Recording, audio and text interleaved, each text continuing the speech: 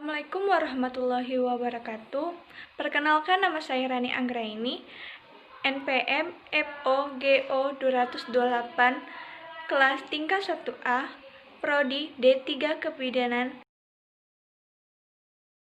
Apa kalian tahu sistem saraf? Sistem saraf merupakan suatu sistem koordinasi yang bertugas menyampaikan stimulus atau rangsangan dari reseptor ke saraf pusat atau otak dan susun tulang belakang untuk diterjemahkan dan mengantarkan informasi yang diperoleh ke efektor.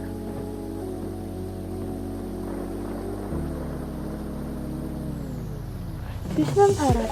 Fungsi sistem saraf: A. Input sensori, menerima rangsangan atau stimulus untuk kemudian diteruskan ke otak dan susun tulang belakang.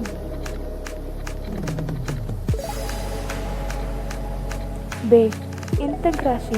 Otak dan susun tulang belakang mengolah informasi yang diterima dari seluruh tubuh dan mengirimkan kembali respon dihasilkan. C.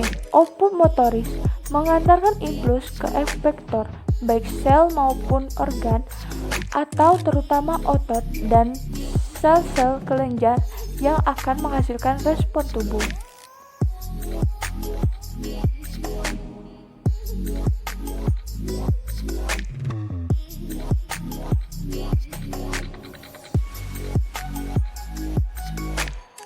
Sistem saraf terdiri dari dua bagian utama. 1. Sistem saraf pusat. 2. Sistem saraf tepi.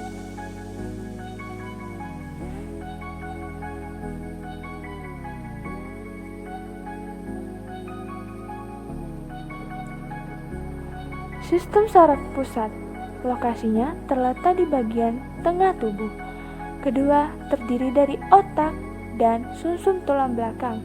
Kedua, sistem saraf tepi, terdapat di seluruh bagian tubuh kecuali otak dan susun tulang belakang.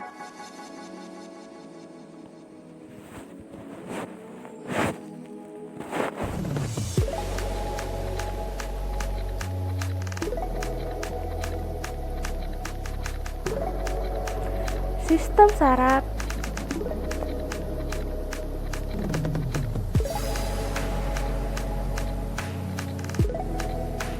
Sistem saraf dibangun oleh jaringan saraf.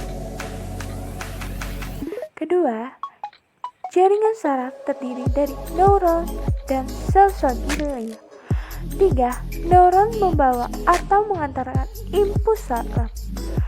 4. Glia merupakan sel-sel pendukung neuron. Sel-sel pada sistem saraf membawa impuls saraf disebut dengan neuron.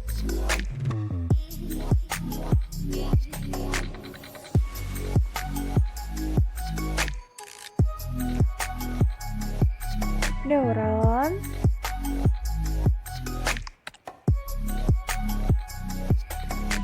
struktur neuron.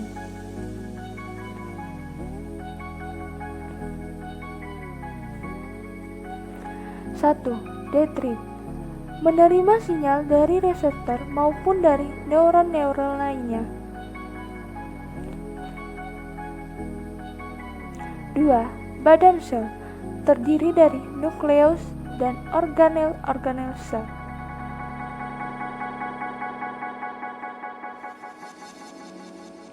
3. Akson, mengantar impuls ke sel-sel neuron lainnya.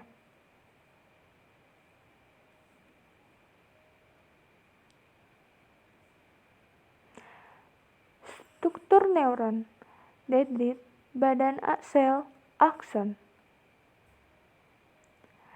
Tipe neuron berdasarkan fungsinya. 1. Neuron motorik. 2. Neuron sensorik. 3. Neuron intermediate. Tipe neuron berdasarkan fungsinya. Neuron motorik. Neuron motorik berperan dalam mengantarkan sinyal saraf dan sistem saraf pusat ke efektor atau umumnya ke otot dan sel kelenjar. 2. Kedua, neuron sensorik.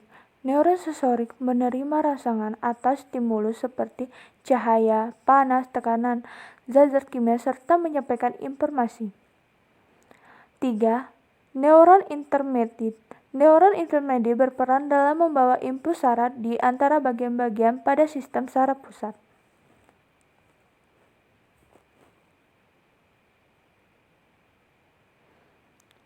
Tipe-tipe neuron berdasarkan bentuknya. Pertama, bipolar. Bipolar terdiri dari satu akson dan satu dendrit.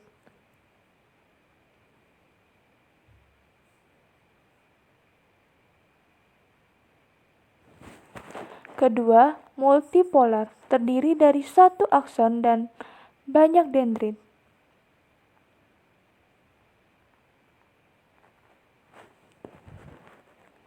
Tiga, unipolar memiliki satu akson yang bercabang.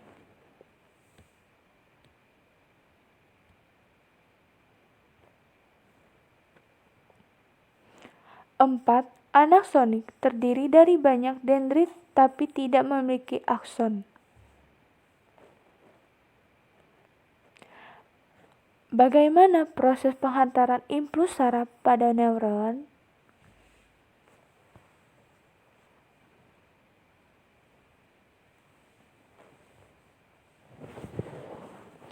Neuron merupakan sel-sel yang mengantarkan impuls saraf.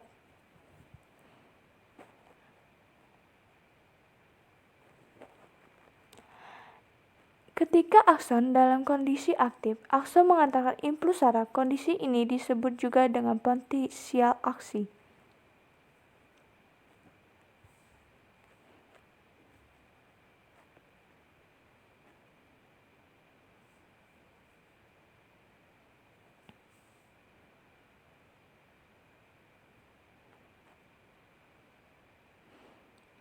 Memberan.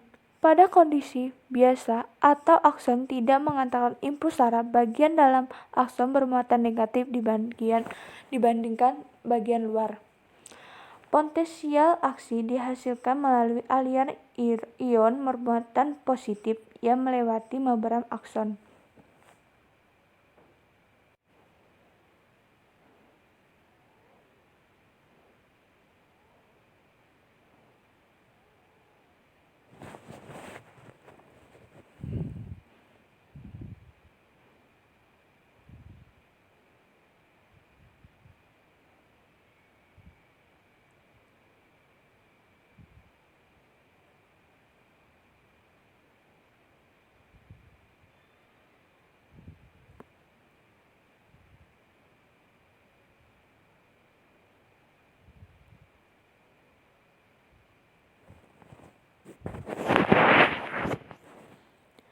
Ketika saluran ion Na+ terbuka, ion Na+ bergerak masuk ke dalam akson.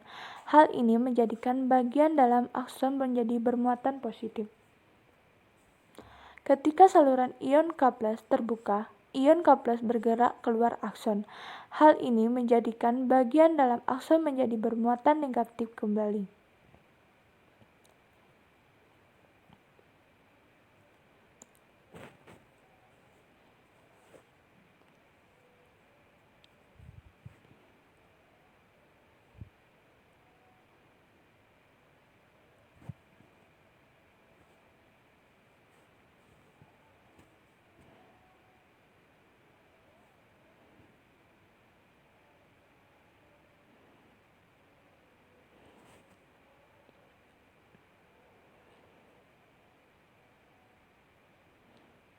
Saluran ion Na+ terbuka. Ion Na+ bergerak masuk ke dalam akson.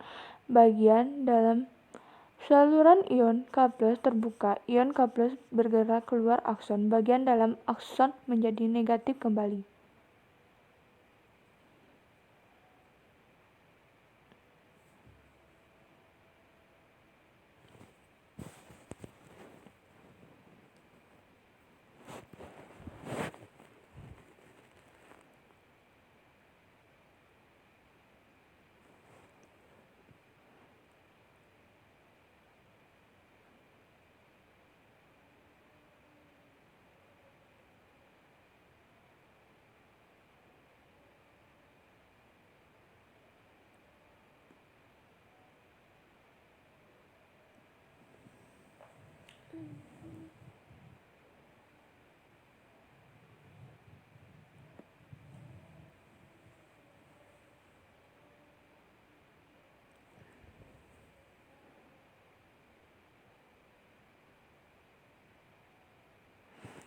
Implus saraf.